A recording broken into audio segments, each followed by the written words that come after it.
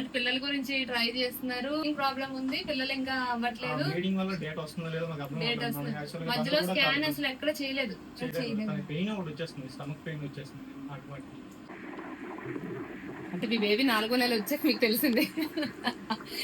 సరేనా, ఇదే సర్ప్రైజ్ నీకు. ఇంకా ట్రీట్మెంట్ ఏమి ఇవ్వలేదు. అంటే మీరు బ్లీడింగ్ ప్రాబ్లం, పెయిన్ అబ్డామిన్ అని వచ్చారు. బ్లీడింగ్ అవుతున్నప్పుడు హాస్పిటల్కి వెళ్తే మీకు యాక్చువల్లీ ఏమో మీకు పిల్లలు పుట్టడం కష్టం అని చెప్పారు మేడం. ప్లస్ చేస్తారు మేడం. మాకైతే ఇంపార్టెంట్ మొటిలిటీ ఇష్యూస్ ఇవన్నీ చెప్పారు. దాన్ని బట్టి ఐడియాకి వెళ్ళి హోప్స్ లేవని కూడా చెప్పారు.